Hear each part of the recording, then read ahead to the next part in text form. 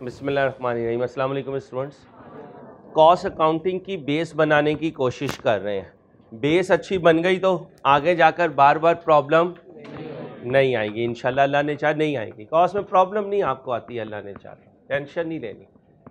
कल हमने cost behaviour परसों डिस्कस किया था और फिर कल कॉस्ट बिहेवियर को ही आगे बढ़ाकर 2 क्वेश्चन सॉल्व किए, फिर आपको कुछ होमवर्क में दिया था। एक सवाल बच्चे ने कल भी पूछा था, फिर ग्रुप में भी पूछा, बच्चे ने जवाब भी दिया। मैं दोबारा आपको समझाता हूँ। बेटा मेरा कसूर तो नहीं है, मैंने तो आपको कहा था होम ट्यूशन ले लें, सिर्फ 5 लाख पर मंथ है। पैसा तो लगाना पड़ेगा ना बेटा। अब चार्टर्ड अकाउंटेंट आएगा, स्पॉटेज में आएगा, आने जाने का पेट्रोल भी खर्च होगा है। अब मजबूरी है, क्या करें अब आपके लिए। बेटा साथ हो जाओगी, आगे आ जाए। कल से आपने जल्दी आने ना मैडम, ये सारी गरीब बच्ची हैं, इनके साथ आप बैठना है। चलो गरीबों साथ हो, मैडम आ रही हैं, तशरीफ रखे। चलो अब सुनो मेरे बच्चों। बच्चे ने ये सवाल किया था कि ये 0.4 जो है ये स्टेप क्यों नहीं है, ये वेरिएबल क्यों है। ठीक है, चलो आओ मेट्रो चलते हैं, हाइपर स्टार चलते हैं। चले गए हाइपर स्टार गए तो हाइपर स्टार में हमने कॉपी खरीदनी थी। क्या खरीदनी थी? कॉपी खरीदनी थी। क्या खरीदनी थी? ओए रेप्लिका अंबानी, क्या खरीदनी थी? कॉपी खरीदनी थी। और क्या खरीदनी थी? ओए कॉपी खरीदनी थी। ओए और क्या खरीदनी थी? ओए कॉपी खरीदनी थी। ओए अब मेरे जैसा हाइपर स्टार जाता है, मेट्रो जाता है और उसे खबर नजर आते हुए 20 रुपए पर कॉपी, 20 रुपए पर कॉपी। ठीक है, जरा गौर से देखता है 4 आंखों वाला, तो वहां लिखा होता है 240 पर 12 कॉपीज। क्या लिखा? यानी 1 दर्जन कॉपी की कीमत 200। मैं उसमें से 1 कॉपी निकालूं और काउंटर पे जाके कहूं भाई 1 कॉपी दे दो, तो वो क्या कहेंगे? जा रखिए आप वापस। ये रेट कब अप्लाई होगा? जब 12 कॉपीज लोगे। तो कह सकता हूं ये कॉपी एक वेरिएबल कॉस्ट है। बस कीमत का डिस्क्लोजर पर कॉपी नहीं है, पर 12 पीसीज है पर। तो वेरिएबल कॉस्ट के लिखने का 2 अंदाज होते हैं। सम टाइम पर यूनिट लिख देता है, पर सम टाइम पर 6 यूनिट लिख देता है, सम टाइम पर 12 यूनिट्स लिख देता है, सम टाइम पर 100 यूनिट्स लिख देता है। तो कहीं लिखा हो 6,000 रुपए पर 1000 कॉपीज है, ये भी एक वेरिएबल कॉस्ट। फर्क ये है कि वो जो बंडल बना हुआ है वो कितनी कॉपीज का बना हुआ है, वो 100 का, 12 का, या तो लिखे वेरिएबल कॉस्ट। कौन कौन सी है आपकी बेटा? Variable cost some time per unit लिखी जाती है, सम टाइम पर डजन लिखी जाती है, सम टाइम पर 100 लिखी जाती है। वेरिएबल कॉस्ट बोलिए, सम टाइम पर यूनिट लिखी जाती है, सम टाइम पर डजन लिखी जाती है, सम टाइम बोलिए पर 100 लिखी जाती है।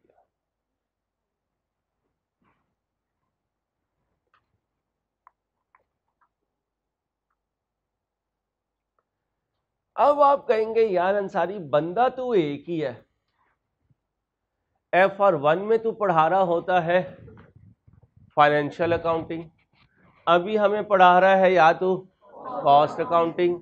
यही कॉस्ट अकाउंटिंग जब आधी सेशन के बाद होगी तो उसकी शक्ल बन जाएगी मैनेजमेंट अकाउंटिंग। यानी इन तीनों में तू हमें क्या सिखाएगा मेरे दोस्त? सुनो मेरे बच्चों, मैं क्या सिखाऊंगा। यहां मैं तुम्हें परफॉर्म हुई हुई ट्रांजैक्शन को डेबिट क्रेडिट के रूल पर रिकॉर्ड करना सिखाऊंगा। क्या कहा?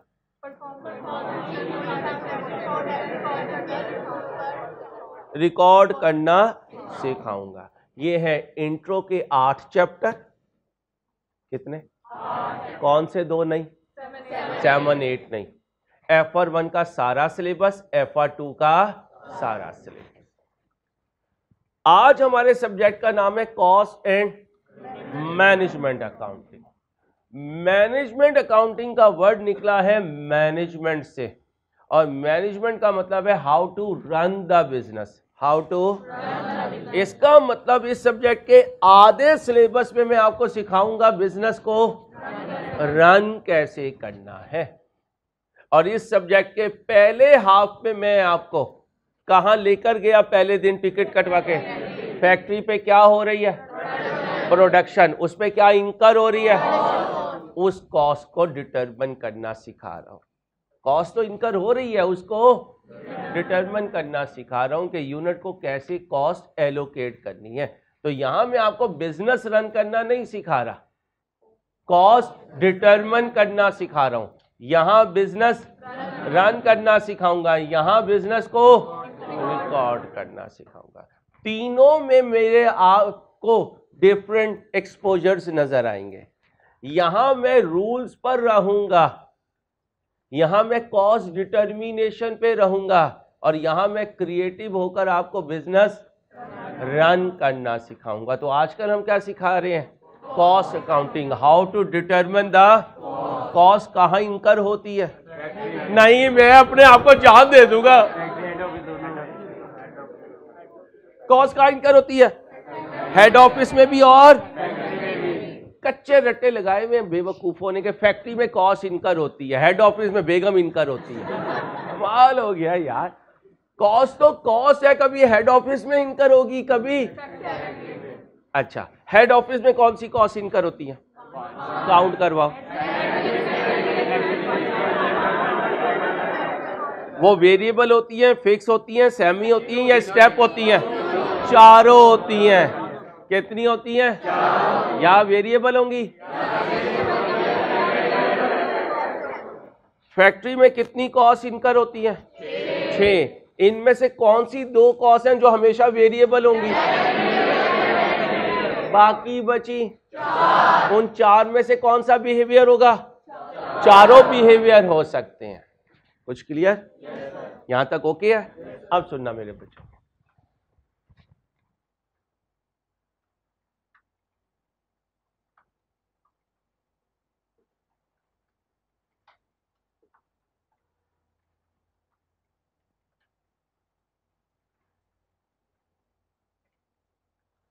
अभी मैं इस पर टाइम नहीं लगा रहा, किस पे, डायरेक्ट मटेरियल कॉस्ट पे, इंट्रो पे लगाया हुआ है।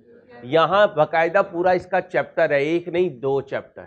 एक का नाम है इन्वेंट्री मैनेजमेंट, एक का नाम है इन्वेंट्री वैल्यूएशन। सारा सिखाऊंगा, 2 चैप्टर में यही काम करना है। कल से वो चैप्टर शुरू हो जाएगा। लेबर को अभी नहीं पकड़ा, 2 मिनट के लिए 2 लाइनें पढ़ूं फिर छोड़ दूं। तीसरा चैप्टर हमारा लेबर कॉस्टिंग ही है। डायरेक्ट एक्सपेंस मैंने कहा था क्या होता है, वेरी रेयर होता है, जब आएगा जब डिस्कस कर लूंगा। Indirect material, indirect labour, indirect expense, इसे क्या कहते हैं, फैक्ट्री। इसका चैप्टर नंबर 4 पूरा आएगा, पूरे 10 दिन चलेगा, तो क्यों अपना टाइम वेस्ट करूं 1-1 मिनट के बताने के लिए। प्राइम कॉस्ट बता चुका हूं, फैक्ट्री ओवरहेड इंट्रो में बता चुका हूं। प्राइम कॉस्ट क्या होती है, डायरेक्ट। फैक्ट्री ओवरहेड का दूसरा नाम, पहला एलिमेंट ये क्या है, मटेरियल के, डायरेक्ट मटेरियल के अलावा सारी कॉस्ट को, शाबाश, ये बनाना आता है।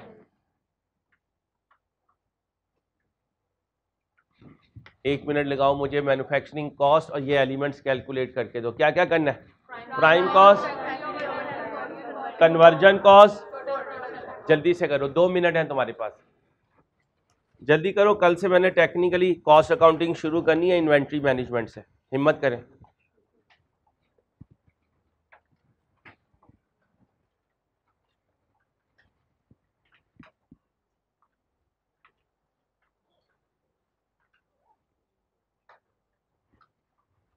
तुम्हारी बुकलेट कहाँ है बेटा, बुकलेट कहाँ है, खोलो बुकलेट। किसके पास बुकलेट नहीं है खड़ा हो जाए जरा, जिसके पास बुकलेट नहीं है खड़ा हो जाए, खड़ा हो जाए जिसके पास बुकलेट नहीं है। यार आप इंसान बने ना, आप क्यों आए हैं मेरी क्लास में यार। आपने नहीं पढ़ना तो जाएं घर जाएं यार कोई ये तमीज़ है, कोई ये है तहजीब के क्लास में आप आ गए, किताब आपके पास है नहीं। पता नहीं अपने आप को शर्मिंदा करने आए हैं या मुझे शर्मिंदा करने आए हैं। कल से किताब ना हो तो क्लास में ना आइएगा, बैठिए। बच्चियों आप तो कुछ खुद ही समझदार बच्ची हैं, क्या अच्छा नहीं लगता ना। तशरीफ रखें। Ansari and company manufactures a product P. Each unit of P requires 5 kg of direct material at a rate of 10 per kg. 20 units नहीं 20 लेबर आवर्स कहना चाहिए, लेकिन कुछ बुक्स में इसे भी यूनिट्स कह देते हैं। वैसे ये क्या है 20 labour hours. 20 labour hours of direct labour at ₹4 per labour and direct expense 40 पर unit. Indirect material, indirect labor, indirect expense for each unit of product P is 6, 8 and 10 per unit respectively. If Ansari and company has to manufacture 1000 units of product P, then calculate prime cost. याद है manufacturing account? भाई manufacturing account याद है? कहाँ पढ़ाया था? Intro में पढ़ाया था, याद करें। Direct material, direct labour, direct expense तीनों मिलकर आए जी। सबसे पहले प्राइम कॉस्ट कैलकुलेट करते हैं। डायरेक्ट मटेरियल बेटा कितने यूनिट्स प्रोडक्ट के बनाने हैं मेरे बच्चों? 1000। एक यूनिट पर कितने केजी लगते हैं? 5 केजी लगते हैं। एक केजी कितने में मिल रहा है? 10 में। कितना बना भाई, कितना बना? 50,000। इसके बाद क्या है? Direct labour. कितने यूनिट्स? एक यूनिट पर लेबर आवर्स। एक यूनिट पर लेबर आवर, एक लेबर आवर पर रेट कितना बना? 80,000। मैं अकेला तो नहीं हूं। इसके बाद कौन है? Direct expense. कितने यूनिट्स है? और एक पर 40, कितना बना? 40,000।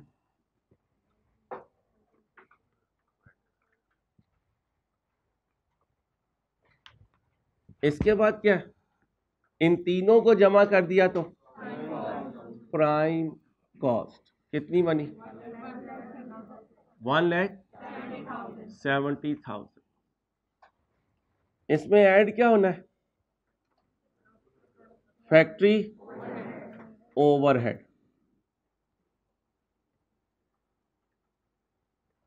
पहली आइटम क्या है? Indirect material.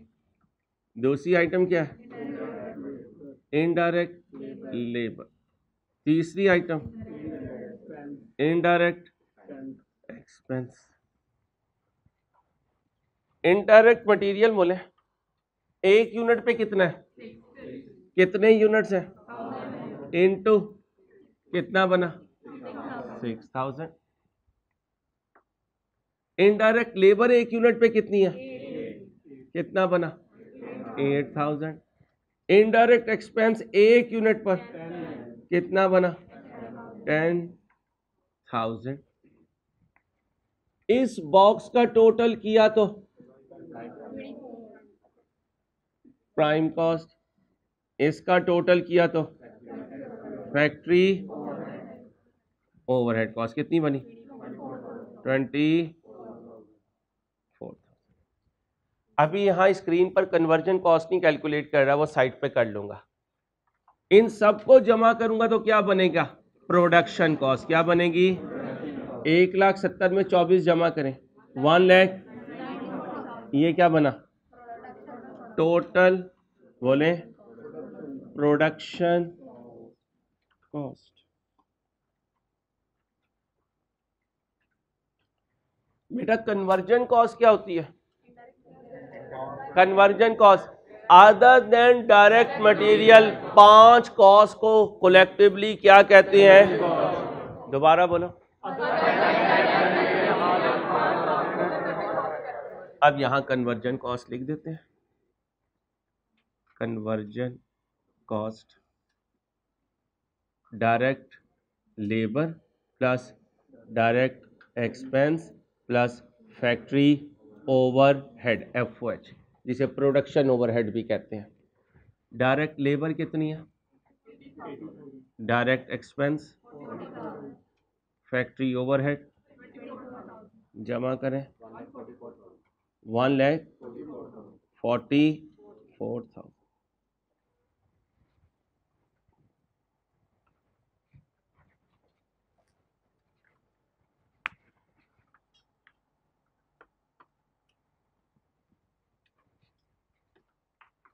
मैं अकेला तो नहीं? पक्का? कॉपी करें, शाबाश।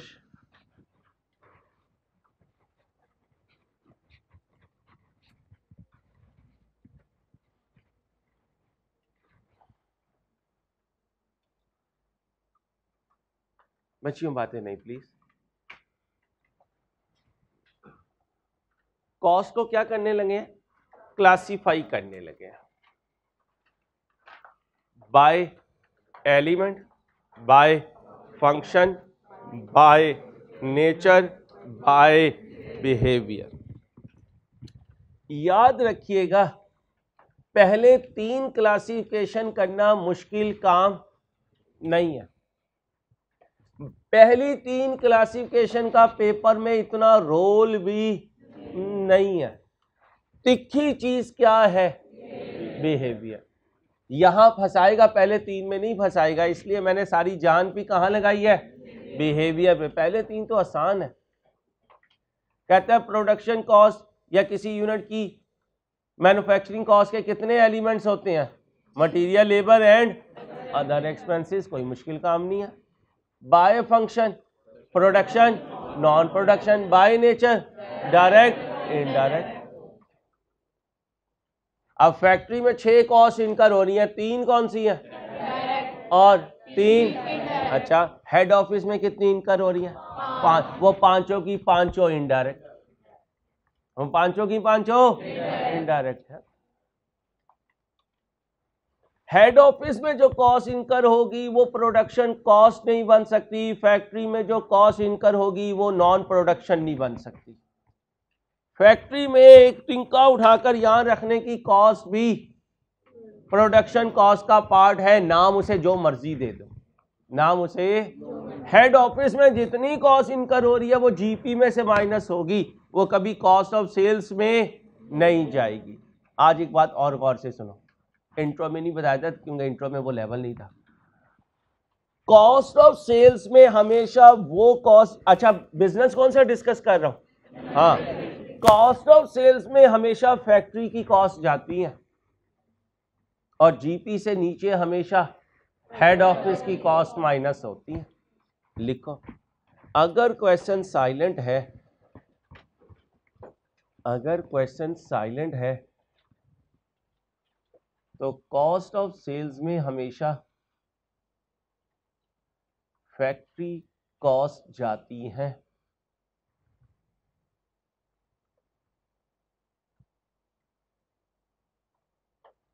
और जीपी में से हमेशा, और जीपी में से हमेशा हेड ऑफिस कॉस्ट माइनस होती है।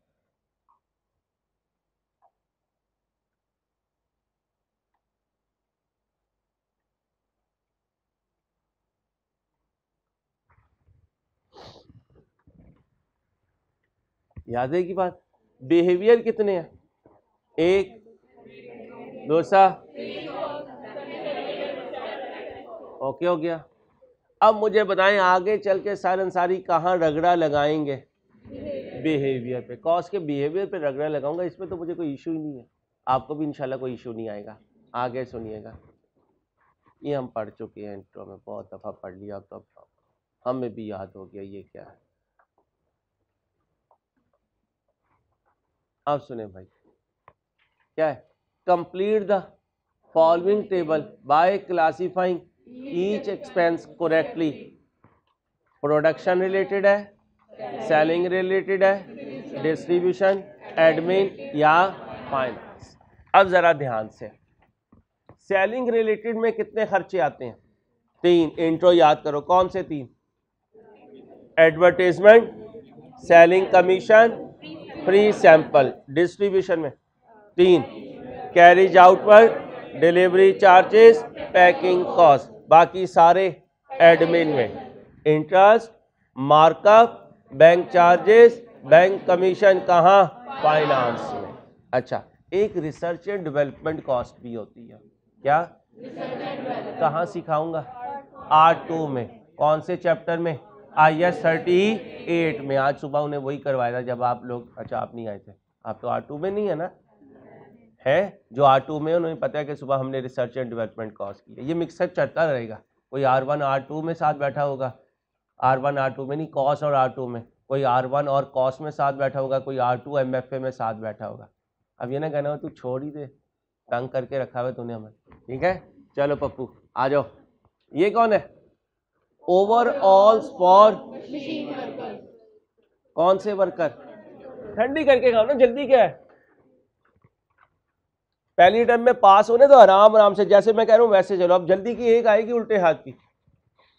Intro chapter number 8, production department. नाम बताए थे कौन कौन से होते हैं? हाँ, assembly, cutting, machining, assembling, cutting. ये कहाँ थे? Manufacturing department. रिपेयर, मेंटेनेंस, ये कहाँ थे? Service department. और यार इंट्रो तो हमने सही पढ़ी नहीं थी। तू पिटता रहता था कि इंट्रो सारे का सारा सीए है, हम कहते थे अंसारी हम ही बोंगियां मारने में लगा हुआ। लिखो प्रोडक्शन डिपार्टमेंट्स, ध्यान से लिखो प्रोडक्शन डिपार्टमेंट्स। क्या लिखा है? Production departments. हिम्मत करो, शाबाश। Production departments. Number 1 machining department, assembling department, cutting department, finishing department.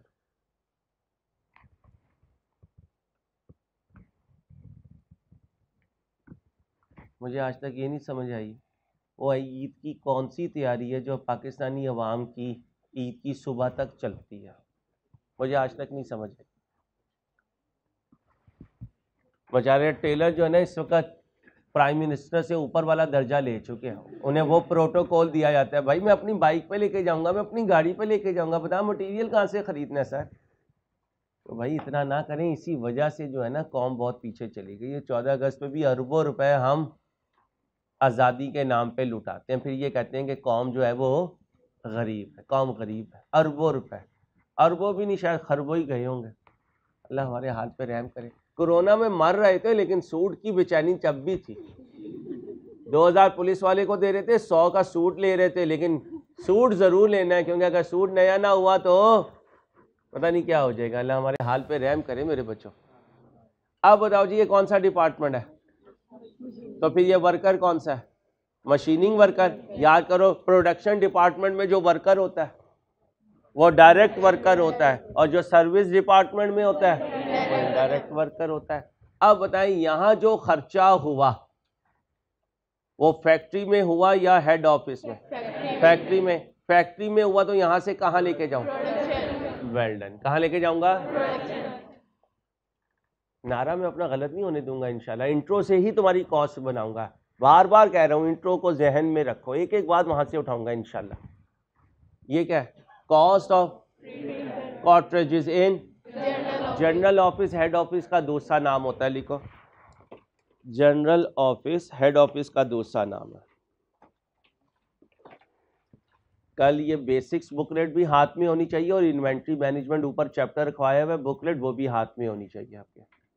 Book के बगैर कल क्लास में नहीं आने दूंगा, ध्यान में रखना, क्योंकि मैंने क्वेश्चंस करवाने हैं आपको। कैलकुलेशन कल से शुरू होनी है। अब बताएं जी, जनरल ऑफिस में प्रिंटर से कोई प्रिंट लिया गया, सेलिंग में लेके जाऊं, डिस्ट्रीब्यूशन में या एडमिन में? एडमिन में। कहाँ जाएगा? Admin.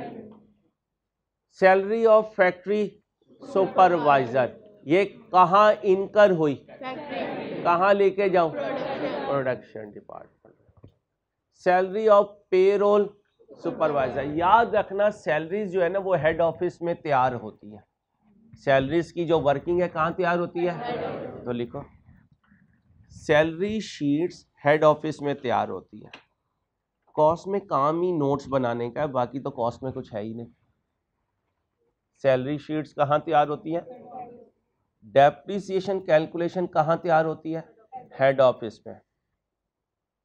Allowance for doubtful debt कहाँ तैयार होता है? हेड ऑफिस में।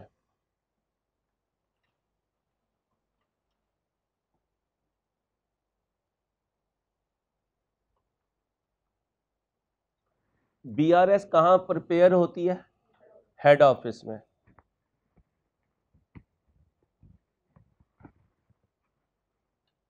तुम्हारी शान में गुस्ताखी हो जाए करे, माफ़ कर दिया करो। मैं बहुत कोशिश करता हूँ तुम्हारी शान के मुताबिक तुम्हारी रिस्पेक्ट करूँ, नहीं कर पाता, ठीक है? एडवांस माजरत है। अक्रूवल प्री पेमेंट कहाँ रिकॉर्ड होता है? हेड ऑफिस में। लिखो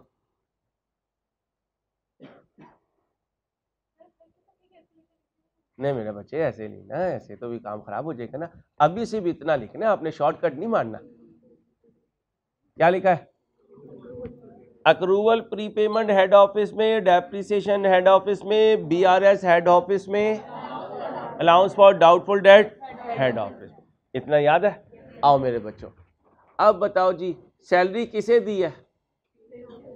फैक्ट्री के सुपरवाइजर को। कहाँ लेके जाऊं? प्रोडक्शन में।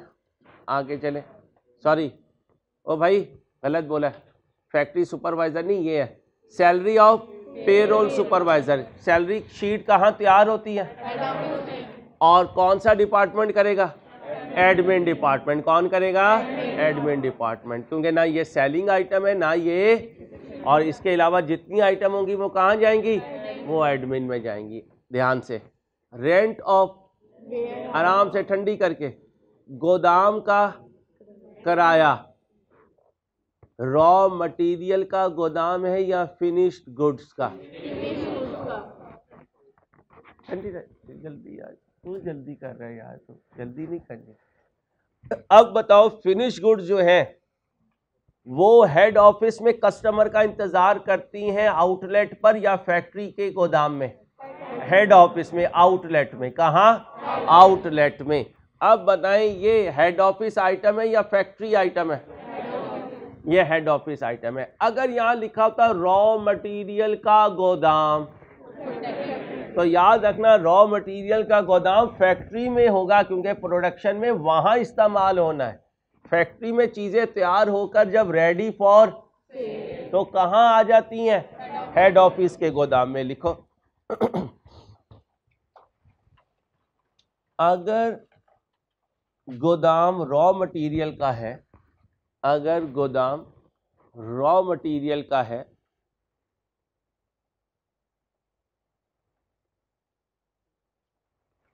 तो ये फैक्ट्री का खर्चा है।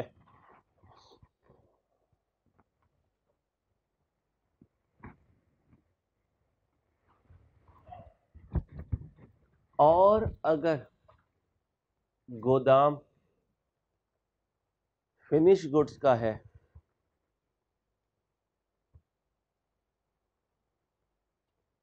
और क्वेश्चन खामोश है,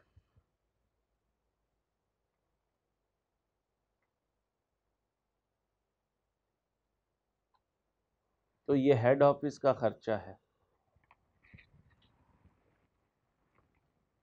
और सोच के बताना, गोदाम से गुड्स कस्टमर को सेल्स वाले देते हैं या डिस्ट्रीब्यूशन वाले? डिस्ट्रीब्यूशन वाले। तो कहाँ जाएगा ये? डिस्ट्रीब्यूशन, क्योंकि सेल्स डिपार्टमेंट का काम ऑर्डर लाना होता है, कस्टमर को हैंड ओवर करना किसका काम होता है? डिस्ट्रीब्यूशन का। आगे देखे बेटे, लोन इंटरेस्ट, ये तो सिंपल है, सारे कर लेंगे। क्या है? फाइनेंस। आगे जरा ध्यान से, सैलरी किसकी? कहाँ लेके जाऊं? शाबाश। फिर क्या?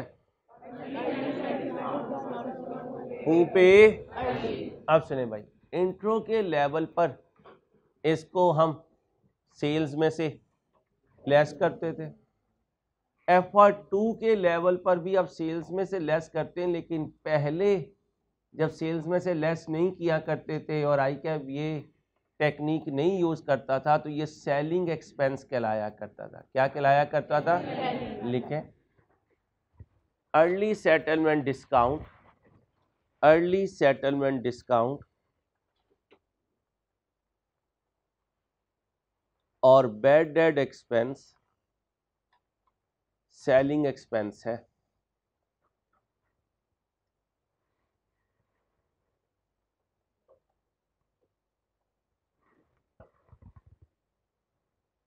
ये जो चेयरमैन होता है ना किसी कंपनी का, इसका जो PA होता है, इसकी भी लाखों में सैलरी होती है। तो अगर किसी कज़न वज़न को दुआ देनी हो तो दे सकते हो, जहाँ अल्लाह पाक तुझे चेयरमैन का PA बनाए। पढ़े, सैलरी ऑफ द। अब बताएं, चेयरमैन फैक्ट्री में धूल में मिट्टी में कोयले में बैठा होगा या हेड ऑफिस की ठंडी मशीन में? ठीक है जी। अब बताएं, चेयरमैन का काम है आवाजें लगाना, 2 रुपया 2 रुपया 2 रुपया 2 रुपया? नहीं नहीं।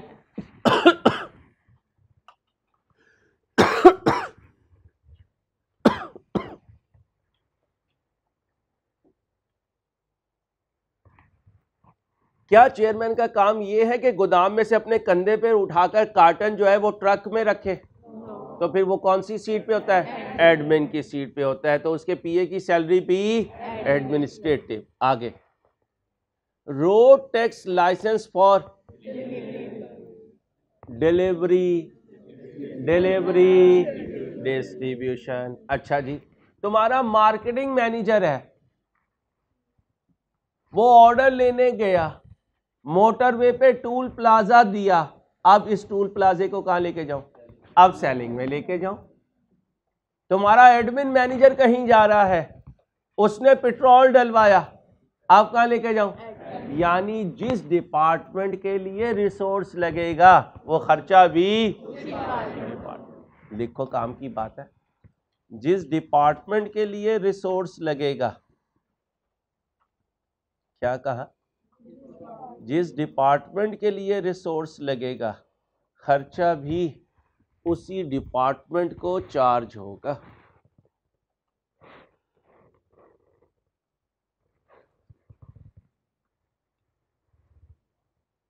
आए जी, बैंक ओवरड्राफ्ट की लिमिट अप्रूव करवाने के लिए बैंक को कोई फी दी है, बैंक को कोई फी दी है, फाइनेंस कॉस्ट। शाबाश। सेल्समैन को कमीशन दी है तो सेलिंग कॉस्ट। ओके, तो मेरे बच्चों इंशाल्लाह मिलके चलेंगे तो ये चीज़ें हमें तंग नहीं करेंगी, बस दिमाग को थोड़ा ओपन रखना है। जी मेरे भाई,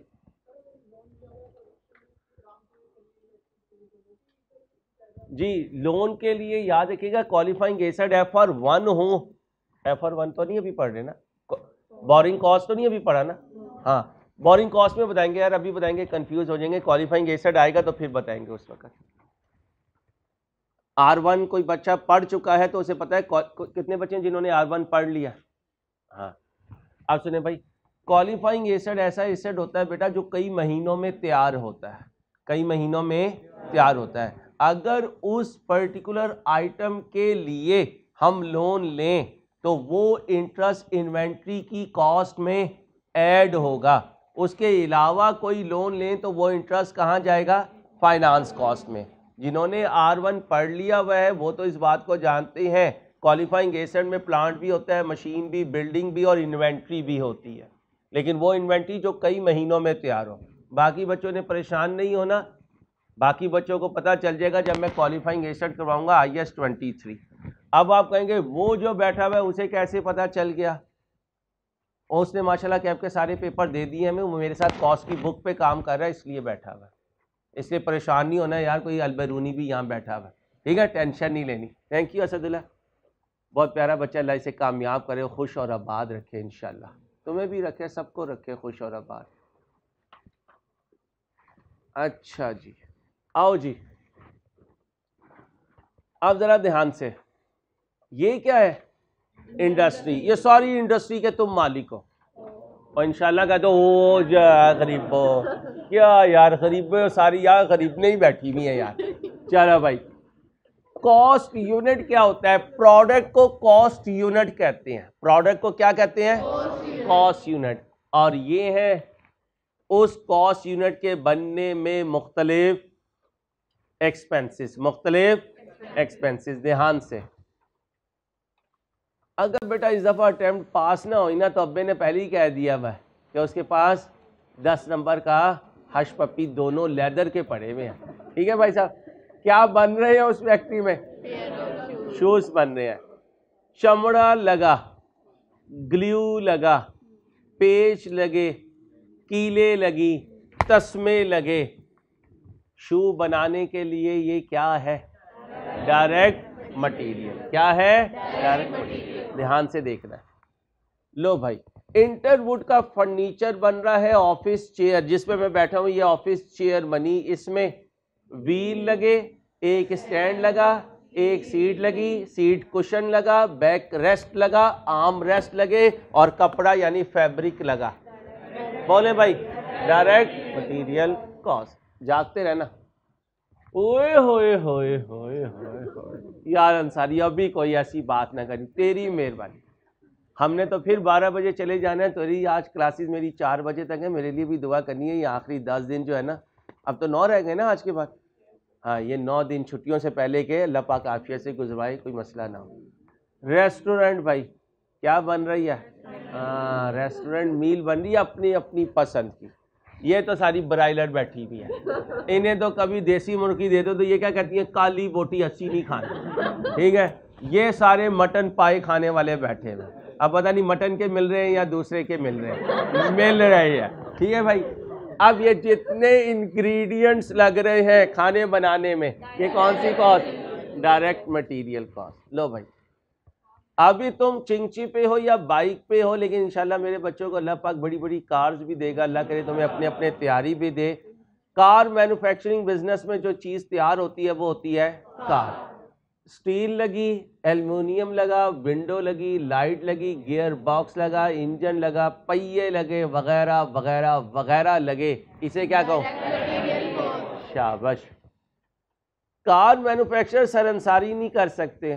सर अंसारी की ये लाइन नहीं है कि आप कहें अंसारी साहब होंडा के शॉप पे, वर्कशॉप पे खड़े में और वहाँ पहिए कैसे। मैंने शायद ज़िंदगी में कभी खुद जो है वो जैक लगाकर टायर रिमूव नहीं किया होगा। दुआ कीजिएगा कभी ऐसा मौका गाड़ी पे आए भी ना, इंशाल्लाह किसी के साथ भी ना आए, परेशानी होती है। वहाँ जो मशीनिस्ट है, मशीनिस्ट मशीनिंग डिपार्टमेंट में, और मशीनिंग डिपार्टमेंट एक प्रोडक्शन डिपार्टमेंट होता है। Machinist working in the machining department. कौन सी लेबर? Direct labour. समझ आ रही? हाँ, बस ये समझ आ गई तो आगे इंशाल्लाह टॉपिक हमारे खुद निकलते रहेंगे, मेरे अल्लाह ने चाहता। अभी लिखवाया है प्रोडक्शन डिपार्टमेंट में एक और डिपार्टमेंट होता है, तो जो उस में वर्कर काम कर रहे हैं वो कौन से वर्कर हैं? ठीक है, अच्छा। अगर कहीं तुम नई V8 लेकर आओ, इंशाल्लाह, ओ नहीं कहना बीबी, इंशाल्लाह कहना है। यार ये गरीबों को कहाँ यहाँ बिठा दिया यार। इन्हें 3 पहिए वाली बाइक दो, वो जो आजकल बहुत पॉपुलर हो रही है। इन्हें मैं दुआ दे रहा हूँ V8 की, वो करिए ओहो अंसारी क्या बात कर रहे हैं। चलो, V8 कार हो और ब्लैक कलर में हो और कंपाउंड पॉलिश हुई भी हो। ओए होए होए, ठीक है भाई, ये ओए होए को छोड़ते हैं। अगर कहीं V8 पेंट के बगैर रोड पे ले आओ तो वो लोहे की शक्ल में होगी और लोग हमें पागल कहेंगे। इसलिए उस पर क्या मरवा लाना? पेंट का स्प्रे। वो बॉडी स्प्रे ना मार देना, बॉडी स्प्रे ना मारना, सर इससे पेंट कर लेता हूँ। अब बताओ, ये जो पेंट है ये कार मैन्युफैक्चरिंग में डायरेक्ट मटेरियल है, और जो स्प्रे मारेगा पहली दफा कार बनाते हुए डायरेक्ट वर्कर हुआ, तो ये कौन सी कॉस्ट है? चलो जी, बहरिया टाउन अल्लाह पाक ने तुम्हें दे दिया, तुम बहरिया टाउन के मालिक हो गए। इक्वली सब आपस में तकसीम कर दो। इसका मतलब रियाज मलिक है। ये क्या बना रहे हैं? घर बना रहे हैं। ईंटें लगी, लकड़ी लगी, सीमेंट लगा। उर्दू में जिसे मिस्त्री कहते हैं, इंग्लिश में उसे ब्रिक लेयर वर्कर कहते हैं।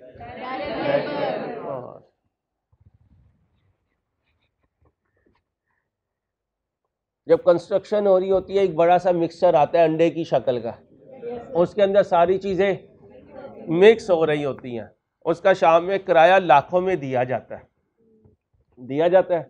उस किराए को भी बिल्डिंग की कॉस्ट में ऐड करते हैं।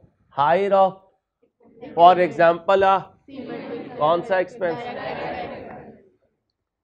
पेमेंट होए चल होए पेमेंट ऑफ फी टू, ये भी क्या बनेगा, डायरेक्ट एक्सपेंस बनेगा। ये इधर आना था बेटा, ये गलत हो गया। बुजुर्ग किधर है, बुजुर्गों को कहीं यार जागते रहा करें, आपकी मेहरबानी sir.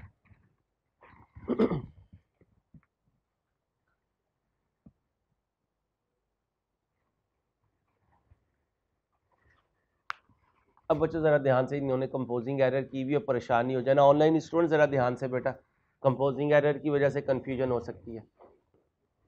Coal mine extraction company, अक्सर ये यूट्यूब पे बोंगियां मार रहे होते हैं, बलोचिस्तान में इतना कोयला निकल आया, अगले 5000 साल पाकिस्तान में लोड शेडिंग नहीं होगी।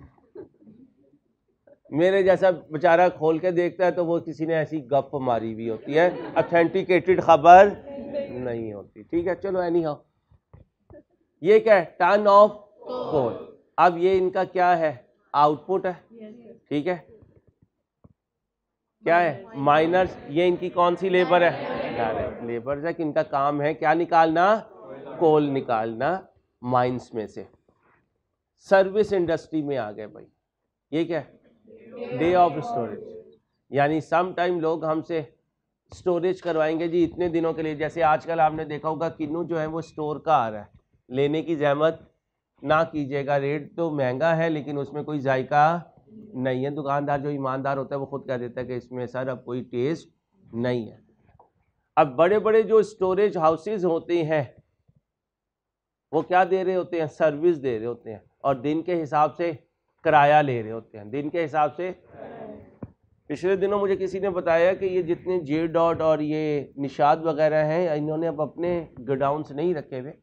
फिरोजपुर रोड पर टुवर्ड्स कसूर जो है बहुत बड़े बड़े जो हैं गोदाम हैं, वो गोदाम इनके अपने नहीं हैं, वो कोई पर्टिकुलर इंडिपेंडेंट पार्टीज़ हैं जिन्होंने अपने बहुत बड़े बड़े आउटलेट्स बना लिए हैं। ये लोग अपनी प्रोडक्शन वालों को कहते हैं कि डायरेक्ट सामान कहाँ पहुँचा दो, वहाँ पहुँचा दो, और उन्हें डीओ देते हैं। वो डीओ वो लेते हैं और मेरे और आप जैसे जो ऑनलाइन ऑर्डर करते हैं वहाँ तक या आउटलेट्स तक पहुँचा देते हैं। अब गोदाम कंपनीज के अपने नहीं हैं, उन्हें लगता है कि अपने गोदाम रन करने की कॉस्ट ज़्यादा है और आउटसोर्स करने की कॉस्ट कम है। सर्विस इंडस्ट्री में ऑडिट फर्म भी हो सकती है और टीचिंग डे भी हो सकता है।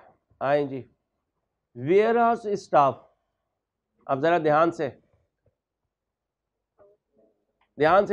सर्विस, इनका काम क्या है, लोगों के बिहाफ पर स्टोर करना।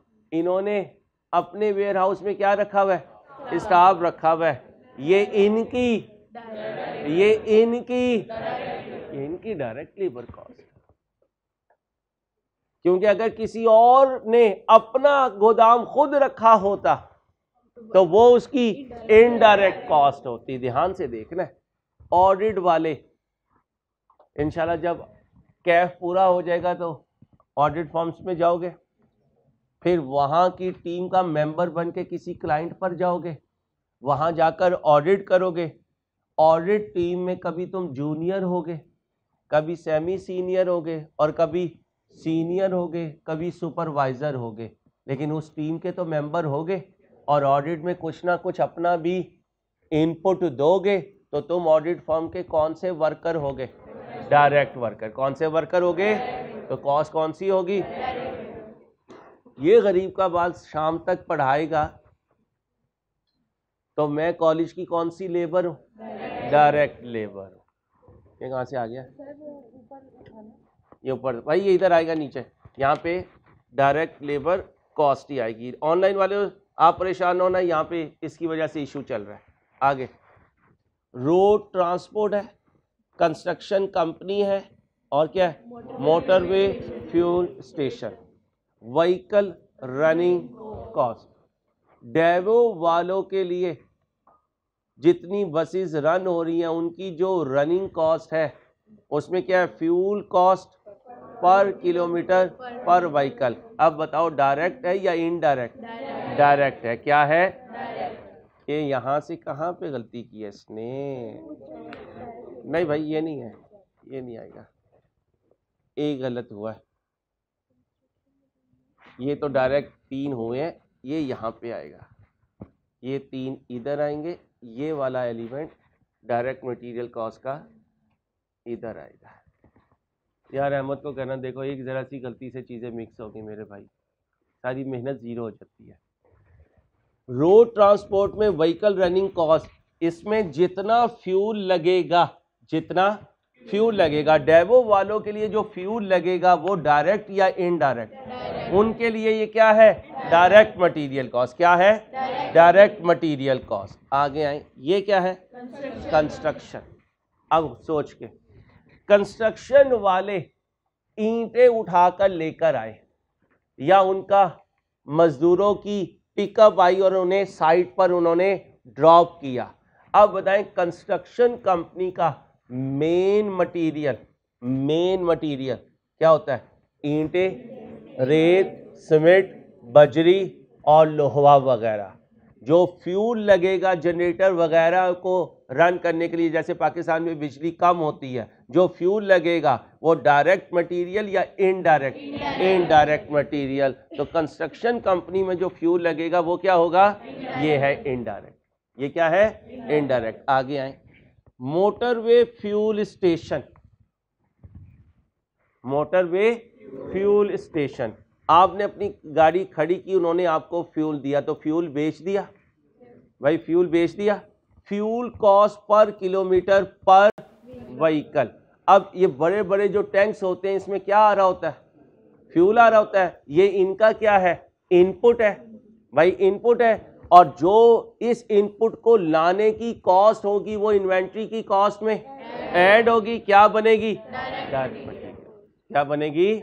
Direct material cost. लेकिन आपको जो स्लाइड आएगी उसमें हम ये चेंज कर देंगे ताकि आपको कंफ्यूजन ना हो। सिंपल रूल मोटा सा याद रखना है, जो मेरे बिजनेस के साथ डायरेक्टली अटैच हो जाए और जो इनडायरेक्टली अटैच हो वो इनडायरेक्ट है। लेकिन मेन हमें फोकस किस पे करना पड़ेगा? बिहेवियर पे। बिहेवियर कितने हैं? 4। पहला, दूसरा, तीसरा, चौथा। आगे आ जाए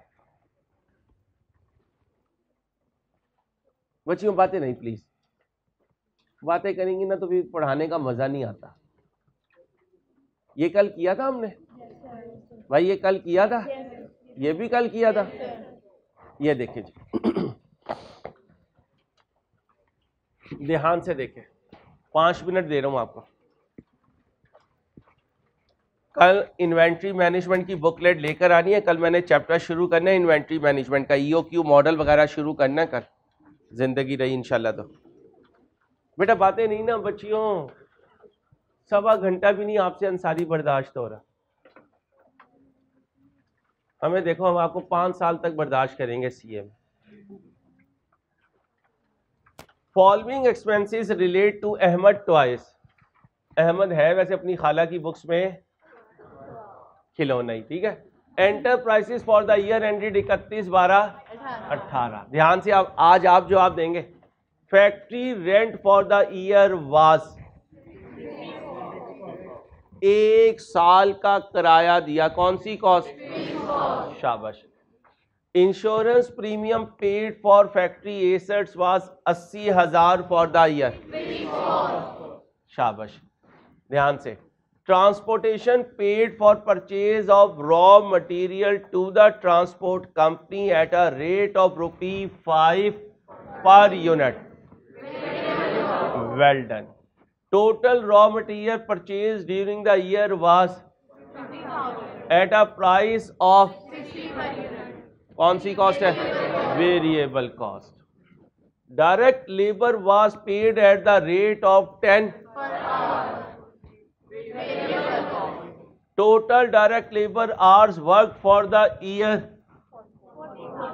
तो 40,000 ज़रब 10 कितना बना? 4 लाख।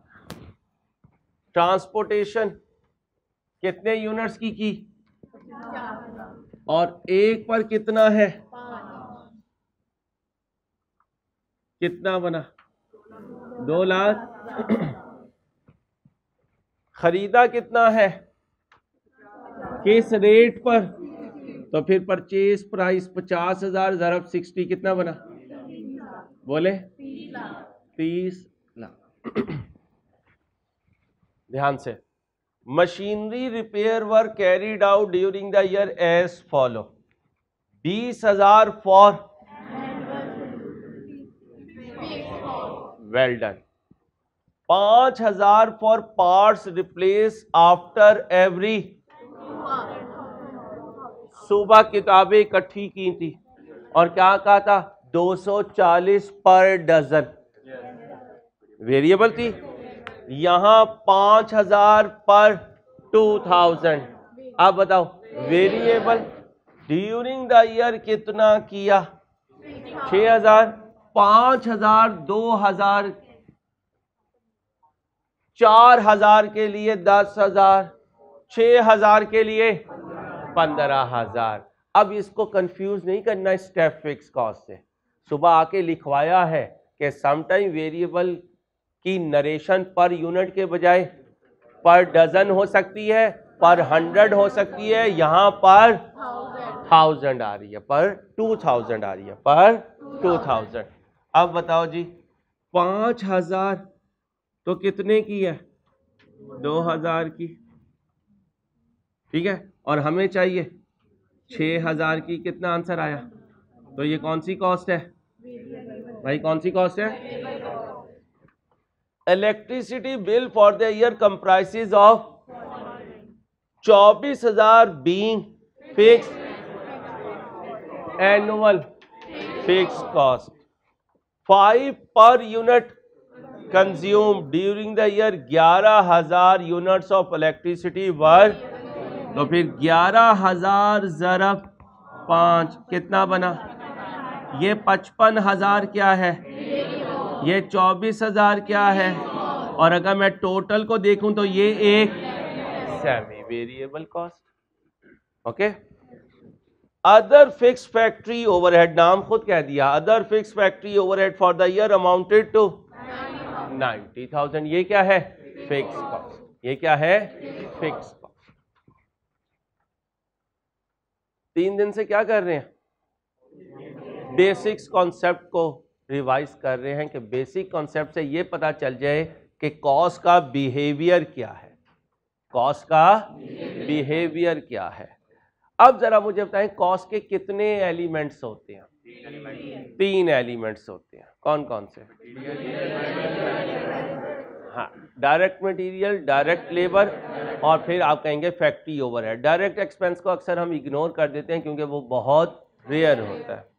आपका पहला चैप्टर किसका होगा? मटेरियल का।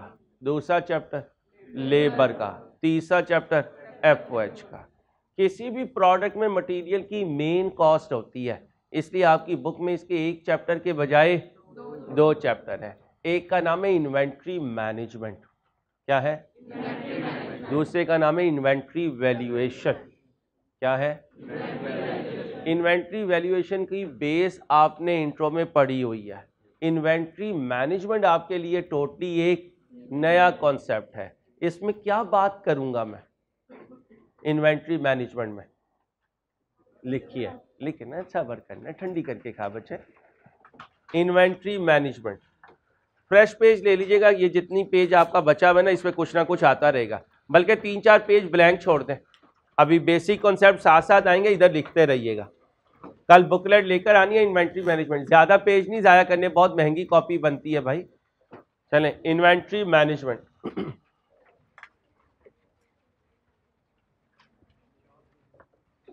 इन्वेंट्री मैनेजमेंट, इस चैप्टर में बेटा बातें नहीं प्लीज।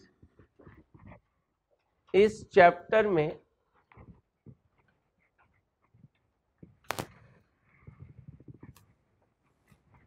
क्या कहा, इस चैप्टर में इन्वेंट्री को मैनेज करना सीखेंगे। इस चैप्टर में इन्वेंट्री को मैनेज करना सीखेंगे। हम मुसलमानों में हर इंसान अपनी हैसियत के मुताबिक अपने करीबी रिश्तेदारों को या दोस्तों को अल्लाह तौफीक दे तो इफ्तारी पे बुला रहा होता है, लेकिन आजकल इफ्तारियों की वजह से नमाजें भी ज़ाया होती हैं और तरावियाँ भी ज़ाया होती हैं। मेरा एक्सपीरियंस ये है, क्योंकि मेहमान को ये नहीं कह सकते भाई तरावी का टाइम हो गया तू चला जा, तो फिर उसके रख रखाव में अपनी ईशा भी जाएगी नमाज और फिर तरावियाँ भी जाएंगी। अल्लाह हमें समझ दे, या तो हम सादगी के साथ एहतमाम करें या फिर ना करें, ताकि रमज़ान का भरपूर फ़ायदा ले सकें हम। नहीं हम जी, बात क्या हो रही थी? अच्छा, ये एक और बात सुनना है, यहाँ से ना फतवा लग जाएगा, अंसारी जो है ना अजीब बातें करता फिरता है। हदीस का मफहूम है कि जो रोज़ेदार को रोज़ा इफ्तार करवाएगा अल्लाह पाक जो है उसको अजर देंगे, ये देंगे ये देंगे। अंसारी कुछ और कह रहा है, भाई ये जो लवाजमात की इफ्तारियाँ होती हैं ना, इस पे नहीं है। वो एक घूंट लस्सी पिलाने, पानी पिलाने या एक खजूर खिलाने पर मौकूफ़ है, तो वो मदरसों में करवाने की कोशिश करें, वो गरीबों में करवाने की कोशिश करें। लेकिन गरीबों में भी रोज़ेदार, ये जो अमीर तबका जो है ना ये काम करता है ना, ये गलत है मेरे दोस्तों। इससे लोगों की हौसला शिकनी हो रही है, मांगने की आदत पड़ रही है लोगों को। खुदारा हम समझेंगे हमारा दीन कहता क्या है। सफ़ेद पोश को रोज़ा खुलवाएं, हम उन्हें रोज़ा खिलवाते हैं जो पूरा दिन भी खाती हैं और फिर रोज़े के वक्त भी जाके ना ग्राउंड में बैठ जाती हैं और हम समझते हैं हम रोज़ेदारों को रोज़ा खिला रहे हैं। भाई रोज़ेदार को रोज़ा खिलाना है, खाना खिलाने का सवाब मिल जाएगा, रोज़ेदार को रोज़ा खुलवाने का सवाब नहीं मिलेगा। इसलिए प्लीज़ रोज़ेदार को रोज़ा खुलवाएं और दूसरा ज़कात उसे दें जिस पे ज़कात लगती हो। ये भी ज़रा प्लीज़ उलमा इकराम से पूछ लीजिएगा, अक्सर हम अपनी ज़कात तो दे रहे हैं लेकिन सही जगह पे नहीं दे रहे। हमने दीन को अपने हिसाब से कहा है, मुफ्ती साहब को क्या पता, नाउज़ुबिल्लाह। और सॉरी टू से मीडिया में कह रहा हूँ, क्योंकि पूरे पाकिस्तान में लेक्चर जारी होते हैं, ऐसी अजीब अजीब चीज़ें मार्केट की पैदा हो गई हैं जो सारी हमारी इबादतों को ना एक एक करके कहते हैं ये भी नहीं है, ये भी नहीं है, ये भी नहीं है, ये भी नहीं है, ये भी नहीं है, ये भी नहीं है। अल्लाह इनसे बचाए, ये फितने हैं, अल्लाह इन फितनों से हमें बचाए और हमें उलमा इकराम की कदर दे। जिस भी मनसलक से हमारा ताल्लुक है अपने उलमा इकराम से पूछ के चले। ये सोशल मीडिया के जो शहजादे आजकल मार्केट में आए हुए ना, इनसे बच के रहिएगा, ये ईमान को सलब करने के लिए काफ़ी हैं। अल्लाह इन्हें हदायत दे बस। तो अपने उलमा इकराम की कदर करें। उलमा इकराम दीन के चराग हैं और नबी अकरम सल्लल्लाहु अलैहि वसल्लम की मुबारक हस्ती के दीन के वारिस हैं। हमने अपने उलमा इकराम की कदर छोड़ दी, इसलिए हम जलील होते फिर रहे हैं। जी, बात क्या हो रही थी? इस चैप्टर में हम इन्वेंट्री को मैनेज करना सीखेंगे। अच्छा बेटा, अगर ट्रेडिंग बिजनेस हुआ तो इन्वेंट्री क्या होगी? Finish goods, finish goods.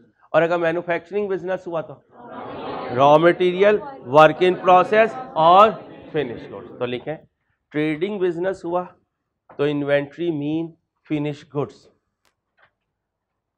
Trading business हुआ तो inventory mean finished goods. Manufacturing business हुआ तो इन्वेंट्री मीन, बोलिए, raw material, work in process and finished goods.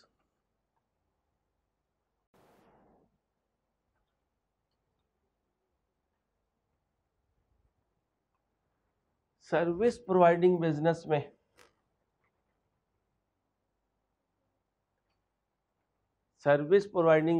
में इन्वेंट्री मिनिमम होती है।